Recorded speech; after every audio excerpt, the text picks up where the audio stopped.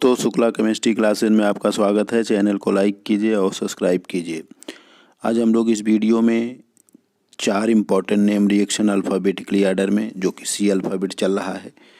तो एक है कोप रीअरेंजमेंट क्या है, कोप एलिमिनेशन क्या है, कर्टियस रीअरेंजमेंट क्या है और 2+2 साइक्लो एडिशन रिएक्शन क्या है। इन चारों नेम रिएक्शन पर हम चर्चा करेंगे। तो चलिए प्रारंभ करते हैं।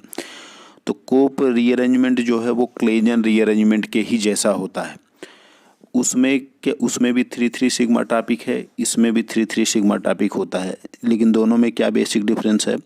कोप rearrangement it is a thermal rearrangement of 1,5 diene to form isomeric 1,5 diene is known as Cope rearrangement. It is 3,3 जैसे क्लेजन 3,3 सिग्मा टॉपिक रीअरेंजमेंट होता था, जिसमें सीसी सिंगल बॉन्ड ब्रेक होता है, न्यू बॉन्ड फॉर्म होता है। तो इसको भी 3,3 बोलते हैं, 1 2 3, फिर यहाँ से 1 2 3, तो इसको 3,3 सिग्मा टॉपिक बोलते हैं। इसमें होता क्या है, ये वाला पाई बॉन्ड यहाँ माइग्रेट करेगा, ये वाला पाई बॉन्ड यहाँ पे आएगा, ये वाला बॉन्ड कम यहाँ आ जाएगा। तो आप देख रहे हो जो सिंगल में हो डबल में कन्वर्ट हो जा रहे हैं, और ये वाला जो बॉन्ड यहाँ नहीं फॉर्म था वो नया बॉन्ड फॉर्म हो जाता है और ये वाला बॉन्ड टूट जाता है। तो यहाँ पर बीच में एक साइक्लिक ट्रांजिशन स्टेट बनता है, ये कंसर्टेड मैकेनिज्म होता है। तो इसमें ये साइक्लिक ट्रांजिशन स्टेट बनता है, उसके बाद ये प्रोडक्ट हमारा मिल जाता है। तो इसी को बोलते हैं 3,3 सिग्मा टॉपिक रीअरेंजमेंट, क्योंकि ये पेरीसाइक्लिक रिएक्शन का ही एक पार्ट है। तो इसको 3,3 सिग्मा टॉपिक रीअरेंजमेंट या कोप रीअरेंजमेंट कहते हैं। तो ये कोप रीअरेंजमेंट। दूसरा इंपॉर्टेंट नेम रिएक्शन है जिसका नाम है कोप एलिमिनेशन। तो कोप एलिमिनेशन में क्या होता है, अगर हम किसी एमीन को ऑक्सीडेशन कराते हैं H2O2 या पर एसिड या कोई अदर ऑक्सीडाइजिंग रेजेंट की उपस्थिति में, तो वो एमीन ऑक्साइड बनाता है, जिसको फर्दर हीट करने पर, थर्मली हीटिंग करने पर E2 मैकेनिज्म के थ्रू हमारा ओल्फिन मतलब एल्कीन या हाइड्रॉक्सिलेमीन मतलब दोनों हमें प्राप्त हो जाता है। तो इस रिएक्शन को ही बोलते हैं कोप एलिमिनेशन। तो इसकी शुरुआत या तो एमीन से करेगा या डायरेक्ट यहीं से दे देगा। तो ये मान लीजिए इसका रिएक्शन कराए, तो ये वाला बॉन्ड इधर आ जाएगा, ये H निकल जाता है। तो यहाँ पर देखिए ये एक 5 मेंबर की साइक्लिक ट्रांजिशन स्टेट बनता है बीच में, और इस साइक्लिक ट्रांजिशन स्टेट के बाद वही होता है कि ये वाला बॉन्ड इधर आता है और ये H निकल जाता है। तो आप देखिए यहाँ पे डबल बॉन्ड बन गया, और जो H है वो निकल के O पे आ जाता है, तो हाइड्रॉक्सिलेमीन बन जाता है। तो इसी रिएक्शन को बोलते हैं कोप एलिमिनेशन रिएक्शन। तो ये एमीन ऑक्साइड को हीट किया जाता है। तो अब इसका स्टीरियो केमिस्ट्री बहुत इंपॉर्टेंट है, वो एग्जाम में सबसे ज़्यादा पूछा जाता है कि अगर हमारा रिएक्टेंट या सबस्ट्रेट हमारा 3O है, तो उसको हीट करने पर हमेशा ई प्रोडक्ट मिलेगा, मतलब अपोजिट साइड में रहेंगे। अब जैसे ये 3O है तो ये ई प्रोडक्ट मतलब इस कार्बन का अगर देखा जाए तो 1 2, इसको देखा जाए 1 2, तो ये बड़े वाले ग्रुप अपोजिट साइड में है सॉरी, तो इसको हम ई बोलेंगे, इंटगेगन बोलते हैं, अपोजिट साइड में बोलते हैं।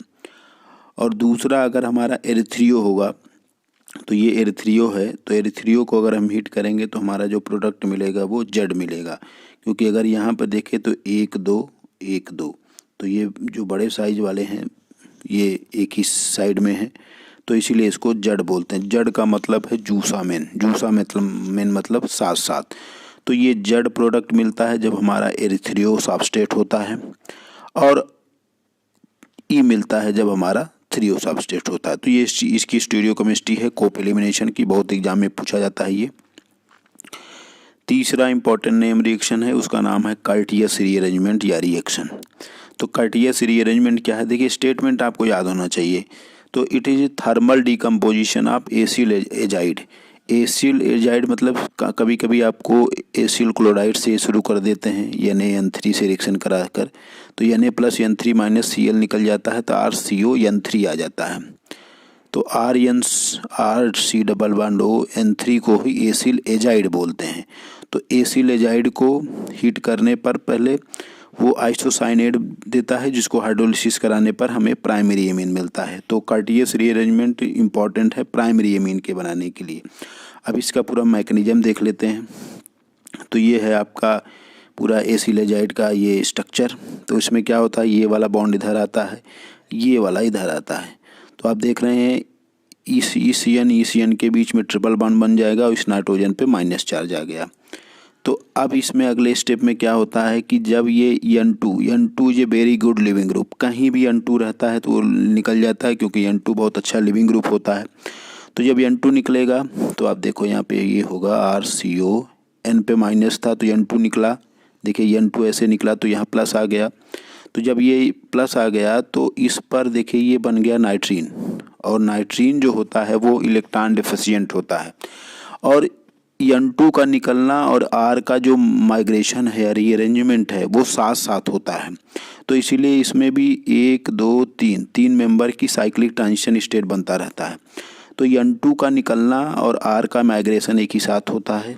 तो और जब R जाएगा तो जब N के ऊपर इलेक्ट्रॉन डिफिशिएंट मतलब इलेक्ट्रॉन लेके जाएगा, तो N का लोन पेयर जब ये इलेक्ट्रॉन लेके जाएगा तो यहाँ प्लस आएगा, प्लस और लोन पेयर के बीच में डबल बॉन्ड बन जाता है। और जब डबल बॉन्ड बन जाता है तो हमारा नया जो ये बन जाता है, क्योंकि R जो है N पे शिफ्ट कर गया या रीअरेंज कर गया है, तो ये बन जाता है। इसको बोलते हैं एल्किल आइसोसाइनेट। अब एल्किल आइसोसाइनेट क्या होता है, उसका फर्दर हाइड्रोलिसिस कराते हैं तो ये बॉन्ड ऐसे ब्रेक करता है, कार्बन पर प्लस और नाइट्रोजन पे माइनस। तो H2O का जो H है वो इस पे आ जाता है और OH जो है प्लस पे आ जाता है। उसके पश्चात क्या होता है कि ये वाला बॉन्ड फिर माइग्रेट करता है और ये वाला बॉन्ड ब्रेक हो जाता है। तो जब ये ब्रेक हो जाएगा तो ये CO2 के फॉर्म में निकल जाएगा, जो H प्लस है वो इस N पे आ जाता है, प्राइमरी एमीन बनाते हैं और CO2 निकल जाता है। तो इस प्रकार जो पूरा मैकेनिज्म में हम लोग ये देखें कि हमें प्राइमरी एमीन मिला है, ये हमारा एल्किल आइसोसाइनेट बीच में बनता है। और यहाँ पर सबसे इम्पोर्टेंट पॉइंट क्या है कि यहाँ पर नाइट्रीन जो बनता है जो कि इलेक्ट्रॉन डिफिशिएंट होता है, वहाँ पे R का माइग्रेशन और N2 का निकलना साइमल्टेनियसली होता है, साथ साथ होता है। तो ये पूरे मैकेनिज्म में प्राइमरी एमीन बनाने के लिए कर्टियस रीअरेंजमेंट होता है। तो ये पूरा उसका मैकेनिज्म। अब हम लोग नेक्स्ट जो रिएक्शन देखेंगे उसका नाम है 2+2 साइक्लो एडिशन रिएक्शन। तो 2+2 साइक्लो एडिशन रिएक्शन जो है वो फोटोकेमिस्ट्री में यूज होता है। तो फोटोकेमिस्ट्री में ये रिएक्शन जो है वो फोटोकेमिकल डाइमराइजेशन ऑफ एल्कीन को डाइमराइज करके हम लोग साइक्लोब्यूटेन जो बना हुआ है उसी को हम लोग बोलते हैं 2+2 cycloaddition reaction. Woodward Hoffmann के रूल के अकॉर्डिंग ये थर्मली फॉरबिडन होता है, लेकिन ये फोटोकेमिकली अलाउड होता है। तो अर्थात ये हमेशा लाइट के प्रेजेंस में 2+2 साइक्लो एडिशन रिएक्शन होता है, कभी थर्मली या हीट के प्रेजेंस में ये रिएक्शन संभव नहीं होता है। तो इसमें देखिए होता क्या है, ये वाला पाई बॉन्ड यहाँ जाएगा, ये वाला ऐसे, और ये पाई बॉन्ड ब्रेक कर जाएगा, ये ब्रेक कर जाएगा। तो आप देखो ये साइक्लोब्यूटेन बन जाता है। तो इसी को बोलते हैं 2+2 साइक्लो एडिशन। ये 2 पाई है और ये 2 पाई, तो ये आपस में एक दूसरे से डाइमराइज हो जाते हैं और हमारा नया प्रोडक्ट साइक्लोब्यूटेन बन गया। अब स्टीरियोकेमिस्ट्री की अगर बात करें तो stereochemistry of cycloaddition reaction में चूँकि ये कंसर्टेड मैकेनिज्म होता है, मतलब इसमें बॉन्ड का ब्रेकिंग और बॉन्ड का फॉर्मेशन साथ साथ होता है, तो इसी को कंसर्टेड मैकेनिज्म कहते हैं। तो इसमें स्टीरियोकेमिस्ट्री में कोई चेंज नहीं होता है। Stereochemistry is maintain throughout reaction because reaction takes place in a concerted mechanism. तो इसमें अब क्या होता है, जैसे अब देखिए पीएच जो फेनिल है ये ट्रांसफ़र है अपोजिट साइड में, तो जब हमारा प्रोडक्ट मिलेगा तो ये भी हमेशा अपोजिट साइड में ही रहेंगे। तो ये देखिए पीएच एबव द है तो ये बिलो द है, और यहाँ पर अगर ये बिलो है तो ये एबव है, मतलब स्टीरियोकेमिस्ट्री इसकी मेंटेन रहती है, ये आपको ध्यान देना है। तो ये साइक्लो एडिशन रिएक्शन हो गया, उसका मैकेनिज्म हो गया, प्लस उसका स्टीरियोकेमिस्ट्री हो गया। तो आज हम लोगों ने इस वीडियो में कोप रीअरेंजमेंट क्या है, कोप एलिमिनेशन रिएक्शन क्या है, कर्टियस रिएक्शन क्या है, 2+2 साइक्लो एडिशन रिएक्शन क्या है, इनका मैकेनिज्म और इनकी स्टीरियोकेमिस्ट्री पे चर्चा की। तो शुक्ला केमिस्ट्री क्लासेस को लाइक कीजिए और सब्सक्राइब कीजिए। धन्यवाद।